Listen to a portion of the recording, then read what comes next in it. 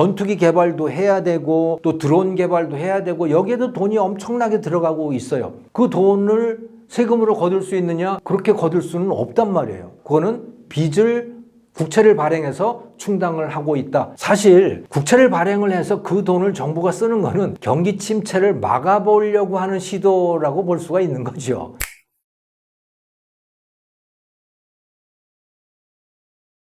네, 미국의 국가 부채가 엄청난 수준으로 늘어 있습니다. 2023년 2분기 자료를 보면 32조 3천억 달러이더라고요. 미국의 전체 GDP가 25조 달러 수준이니까 GDP에 비해서 130%에 달한 겁니다. 이 숫자는 2차 대전 이후에 가장 높은 수준이고요. 우리나라의 국가 채무가 GDP의 54%잖아요. 이것도 많다고 야단인데 미국은 130%인 거예요. 물론 미국은 기축통화국이기 때문에 채권을 발행하더라도 그런 상태에서 여전히 채권 발행이 가능하고 그래도 채권 금리가 그렇게 많이 뛰거나 그러지는 않는 상황이긴 하지만 그래도 엄청나게 많아진 것은 부인할 수 없는 사실입니다.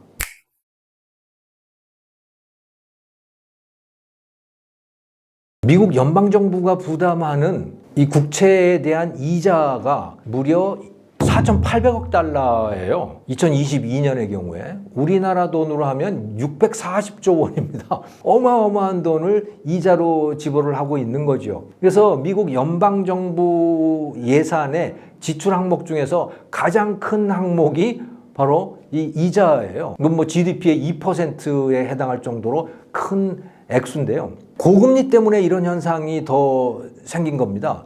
2008년 글로벌 금융위기 이후에도 이제 부채가 굉장히 많이 늘어났지 않습니까? 그런데 그때는 금리가 매우 낮았어요. 그래서 이자 부담도 낮았습니다. 금리가 기준금리로 따지면 0.25% 이 정도 수준이었잖아요. 그런데 지금은 기준금리가 5.5%까지 높아져 있는 거고 국채금리도 거의 비슷한 수준까지 되어 있으니 그거에 따른 이자 부담이 엄청나게 늘어나게 되겠죠. 앞으로는 더 늘 거라 그래요. 피터슨 재단이라고 하는 데에서 추계를 했는데 이 그래프를 보시면 2023년 현재 전체 GDP 중에서 국채 이자로 부담하는 게 한 2% 정도 되거든요. 이 그래프에서 보시면. 그런데 이게 지속적으로 높아지는 것을 볼 수가 있습니다. 앞으로 그렇게 될 거라는 거예요. 그래서 2033년이 되면 앞으로 10년 후가 되면 이게 4%에 거의 육박하게 될 거다. 지금보다 2배나 더 많은 돈을 국채에 대한 이자로 지급하게 될 것이다. 이렇게 되는 거예요. 국민들은 세금 내서 이자를 갚아야 되거나 아니면 국채를 더 많이 발행해서 이자를 갚아야 되거나 이런 일이 생기게 되는 거죠. 그러니까 돌려막기식의 상태가 되어버리는 거예요. 미국이 지금 그런 단계로 진입하고 있다라고 피터슨 재단이라고 하는 데서는 이렇게 분석하고 또 예상을 하고 있습니다. 당연히 빚이라고 하는 거는 못 갚을 가능성이 있는 거죠. 부도가 나는 거죠. 부도 날 가능성, 그것을 반영해주는 금융상품이 있습니다. 그게 CDS라고 하는 거예요. Credit Default Swap이라고 하는 건데 이것은 금융업자가 일종의 보험업자처럼 되는 겁니다. 채권자에게 이 상품을 파는 거예요. 돈을 빌려주는 사람에게 당신이 저 사람한테 돈을 빌려주는데 저 사람이 돈을 못 갚으면 내가 대신 갚아줄게. 그 대신에 보험료를 내 나한테 라고 하는 게 CDS라고 하는 거거든요. 그 보험료가 바로 프리미엄이에요. 그러니까 돈을 빌려가는 사람이 갚지 못할 위험이 높을수록 CDS 프리미엄은 높아지게 되어 있습니다. 그건 국채도 마찬가지예요. 자, 그러면 미국의 연방정부가 돈을 갚지 못한다, 부도가 난다 라고 하는 것을 반영하는 거는 미국 국채의 CDS 프리미엄을 보면 되는 거예요. 어느 정도 부도 확률이 나는가 라고 하는 거. 근데 여기서 여러분들께서 보시는 이게 바로 CDS 프리미엄입니다. 네 가지의 상품을 보여주고 있는데요. 제일 왼쪽에 위에 거는 1년 만기 국채예요. 그 위에 오른쪽은 5년 만기 국채, 왼쪽에 밑에 거는 10년 만기, 제일 끝에 게 30년 만기예요. 이게 CDS 프리미엄이 다 다릅니다. 보시면 1년 만기는 17 BPS예요. 5년 만기는 44고 10년 만기는 54 뭐 그런 식으로 이렇게 돼 있거든요. 자, 보시면 1년 후에 원금을 되갚는 1년 만기 국채는 굉장히 CDS 프리미엄이 낮잖아요. 이것은 무슨 얘기냐면 1년 후에 부도날 염려는 없다는 겁니다. 그런데 5년이 되면 어떻게 되느냐? 5년 후에 갚는 거는 굉장히 높아요. 1년 후에 갚는 건 17인데 저건 44가 돼 있는 거예요. 그러면 부도 확률이 2배, 3배 그 정도 되는 거네? 라고 되는 거죠. 물론 그 부도 확률도 1%가 채 안 되는 거지만 여전히 그래도 5년짜리는 훨씬 위험하다라고 보고 있는 거고 10년짜리는 더 위험하고 30년짜리는 더 위험한 상태를 보고 있는 거예요. 자, 투자자들이 이렇게 보고 있다는 겁니다. 무슨 얘기냐? 당장은 문제가 없을 것 같아. 그런데 이게 시간이 지나면 지나갈수록 점점 더 미국 정부의 재정 적자가 커질 것 같고 그러면 더 많은 빚이 늘어날 것 같고 그렇게 되면 못 갚을 확률도 점점 높아지는 거 아니야? 라고 하는 예상 또 우려를 투자자들이 하고 있는 것이죠. 그래서 이것들을 보면 미국 국채의 장래를 그렇게 밝게 보고 있지는 않다라고 하는 거예요. 자, 그런데 한국하고 한번 비교를 해볼까요? 우리나라 국채, 5년 만기 국채 CDS 프리미엄은 얼마냐면 9월 22일 현재입니다만은 이거는 32.7이에요. 그런데 같은 5년물 국채의 미국 국채는 44.1이잖아요. 그러니까 5년 만기, 5년 후의 상황에 대해서 투자자들은 한국보다도 미국이 더 위험하네? 이렇게 평가를 하고 있는 것이죠. 그래서 미국이 썩 그렇게 좋은 상황은 아니다. 물론 그렇다고 하더라도 여전히 부도 위험은 1% 미만의 숫자들이긴 하지만 그래도 상황이 썩 좋은 건 아니다. 왜냐하면 미국의 CDS 프리미엄은 한국보다 훨씬 낮았었어요. 한 1년, 2년 전만 하더라도 그랬는데 지금 이게 점점 더 높아져 가고 있는 상황이다. 이렇게 말을 할 수가 있겠습니다. 크게 보면 3번의 계기가 있었습니다. 이 그래프에서도 여러분들이 보실 수가 있는데 빨간 화살표를 해놓은 데들이 있잖아요. 80년대에 급격하게 늘고요. 또 2008년 이후에 또 늘고 2020년 코로나 때 또 확 는 것을 볼 수가 있습니다. 그럼 80년대에는 왜 늘었느냐? 이때는 레이건 시대예요. 레이건 대통령이 들어와서 뭘 했냐면 신자유주의 정책을 폈잖아요. 작은 정부 정책을 편 겁니다. 그래서 전반적인 감세를 하고 정부 재정 지출도 줄였는데 그런데 엄청나게 늘린 게 있어요. 그게 뭐냐면 군사비 지출입니다. 그래서 지구 궤도에다가 인공위성에서 쏘는 레이저 무기라든가 이런 것들을 쫙 배치를 한 거예요. 그걸 하기 위해서 엄청난 R&D 투자를 했고 또 그것들을 사들이고 하게 된 거죠. 그렇게 돈을 썼거든요. 이러다가 보니까 자, 세금은 줄어들죠. 감세를 해서. 지출은 군사비 지출이 늘어가지고 지출은 엄청나게 늘어나게 된 거예요. 그래서 재정 적자가 커졌고 그것을 국가 부채로 충당을 한 겁니다. 요 그래프는 이게 그 미국 연방정부가 쓴 그 많은 돈들을 재정 적자로 충당을 했다. 국민으로부터 벌어들인 세금보다 훨씬 더 많은 돈을 썼다. 그게 바로 국가 부채로 쌓여 있는 것이다 라고 하는 것을 보여주는 그래프입니다. 그래서 1970년대 80년대 그 무렵에 보면 이 밑에 그 수평선으로 되어 있는 게 저게 균형 예산이거든요. 그 밑에니까 재정 적자였던 거죠. 재정 적자가 많이 발생했다가 90년대에 조금 흑자가 발생을 해서 그걸로 국가 부채를 조금 줄였는데 다시 엄청난 이제 적자 단계로 돌입을 하게 된 거고 그게 국가 부채를 계속해서 늘리는 요인이 됐다라고 하는 걸 이 그래프가 보여주고 있는 겁니다. 그런데 이 결과가 뭐냐? 이게 바로 소련의 붕괴로 나타나던 겁니다. 미국이 이렇게 투자를 하니까 소련도 적대 국가 아닙니까? 미국과 소련은 그 당시에. 소련도 투자를 할 수밖에 없었죠. 근데 소련은 그 당시에 유가가 떨어져서 소련의 굉장히 중요한 수입원 중에 하나가 바로 기름판 거였단 말이죠. 그 유가가 떨어지니까 돈도 별로 없는데 군사비 투자는 해야 되는 상황이고 그러다 보니까 뭐 이러지도 못하고 저러지도 못하면서 우왕좌왕 하다가 뭐 여러 가지 다른 요인들이 또 겹쳐 있지만 소련이 붕괴가 된 거죠. 그런데 그 대가로 미국이 또 하는 건 뭐냐면 엄청난 국가 부채였던 겁니다.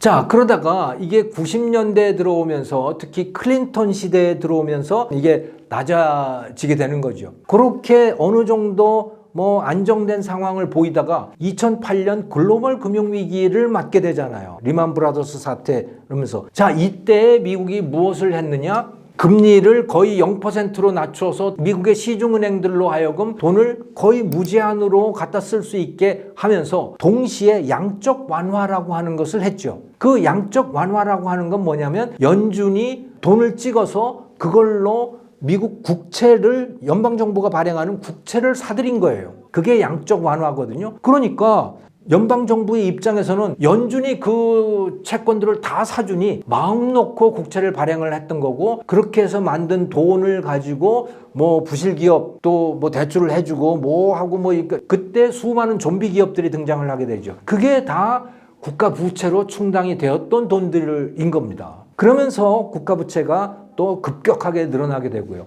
그 다음에 세 번째는 우리 누구나 다 알고 있는 코로나 대책인 거죠. 이때도 양적 완화를 했고, 그래서 미국 국채, 연방정부 발행 국채를 연준이 다 사들였던 거고, 또 수많은 다른 돈들을 쓰게 됐던 거죠. 그래서 이때 국가 부채가 또 늘어났다. 지금은 그때보다는 조금 낮아진 상황이긴 하지만 그래도 1980년대 이전과 비교해 본다면 엄청나게 높아져 있는 상황이다. 이렇게 이해를 하실 수가 있겠습니다. 저는 안 줄어들 거라고 봅니다. 바이든 정권만 하더라도 민주당 정권을 말하는 거죠. 돈 쓸 일이 너무너무 많은 거예요. 예를 들어 우리가 아주 쉽게 알고 있는 것만 하더라도 반도체 공장 짓는 데다가 엄청난 보조금을 주고 있잖아요. 배터리 공장에 대해서도 그렇게 하고요. 또 군비를 늘려야 되니까 지금 중국하고 이제 군비 경쟁이 시작이 됐지 않습니까? 그러니까 전투기 개발도 해야 되고 또 드론 개발도 해야 되고 여기에도 돈이 엄청나게 들어가고 있어요. 그런데 그 돈을 세금으로 거둘 수 있느냐? 그렇게 거둘 수는 없단 말이에요. 그걸 전부 재정 적자인 거고, 그거는 국채를 발행해서 충당을 하고 있다. 이렇게 보시면 되는 거죠. 자, 그런데 만약에 정권이 바뀐다면, 트럼프가 된다면 어떻게 될까? 공화당이니까 전통적으로 작은 정부를 지향을 한단 말이에요. 그런데 그렇다고 하더라도 트럼프에서도 여전히 적자는 계속될 거고 국가 부채는 늘어날 가능성이 크다. 왜냐하면 트럼프는 감세까지 할 거예요. 세금까지 줄이게 될 거란 말이죠. 세금은 줄이면서 지출은 별로 줄일 여지가 별로 없거든요. 그렇게 되면 당연히 적자는 계속해서 늘어날 수밖에 없죠. 국가 부채와 더불어서. 그래서 아까 말씀드렸던 이 피터슨 재단 추계에 따르면 이 그래프에서 보시듯이 2023년 일반 대중들이 보유하고 있는 국가 채무, 그 미국 국채가 GDP의 97%입니다. 근데 130%를 넘어갔다고 했잖아요. 국가 채무 비율이. 그것은 그 차액은 뭐냐면 연준이 보유하고 있는 것들이에요. 연준이 갖고 있는 거 말고 일반 대중들이 갖고 있는 그 부채가 GDP의 97%인데 이게 30년 후인 2053년이 되면 195%까지 늘어날 거다. 지금보다 2배가 더 늘어날 거다. 이렇게 예측을 했어요. 그러면서 동시에 그 오른쪽 그래프에서 보시듯이 저 빨간색이 지출이고 파란색이 조세 수입이거든요. 조세 수입보다 지출이 압도적으로 많은 상태가 계속 지속될 거라고 예상이 되는 거죠. 그렇기 때문에 그게 다 국가 부채로 쌓일 가능성이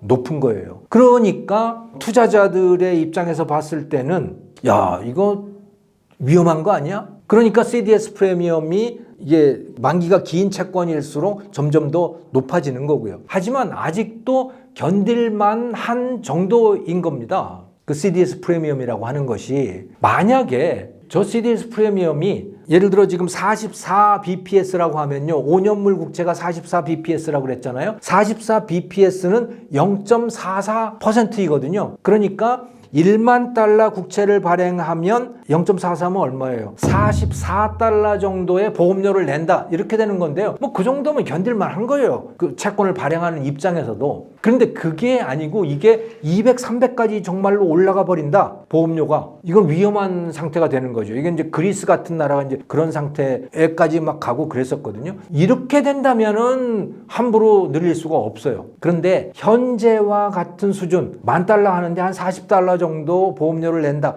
이 정도로 그 부도 위험을 평가받고 있는 상황이라면 계속해서 부채가 늘어날 가능성이 크다. 저는 이렇게 봅니다. 좀 설명해 주실 수 있을까요? 저는 국가 부채가 늘어난다고 하더라도 그게 경기 침체로 연결되지는 않을 거라고 봐요. 사실 국채를 발행을 해서 그 돈을 정부가 쓰는 거는 경기 침체를 막아보려고 하는 시도라고 볼 수가 있는 거죠. 그러니까 경기를 살리기 위해서 채권을 발행한다, 돈을 빌려 쓴다, 이렇게 보시면 되는 거예요. 근데 문제는 장기적으로 봤을 때 이게 감당하지 못할 수준까지 늘어나는 게 문제인 거죠. 그런데 현재로서는 부도날 정도까지는 아닌 것 같아요. CDS 프리미엄이 그걸 보여주고 있는 것이고요. 그리고 기축통화국의 이점이라고 하는 게 있는 거죠. 사실 이 국가 부채를 보면 일본은요, GDP의 260%입니다.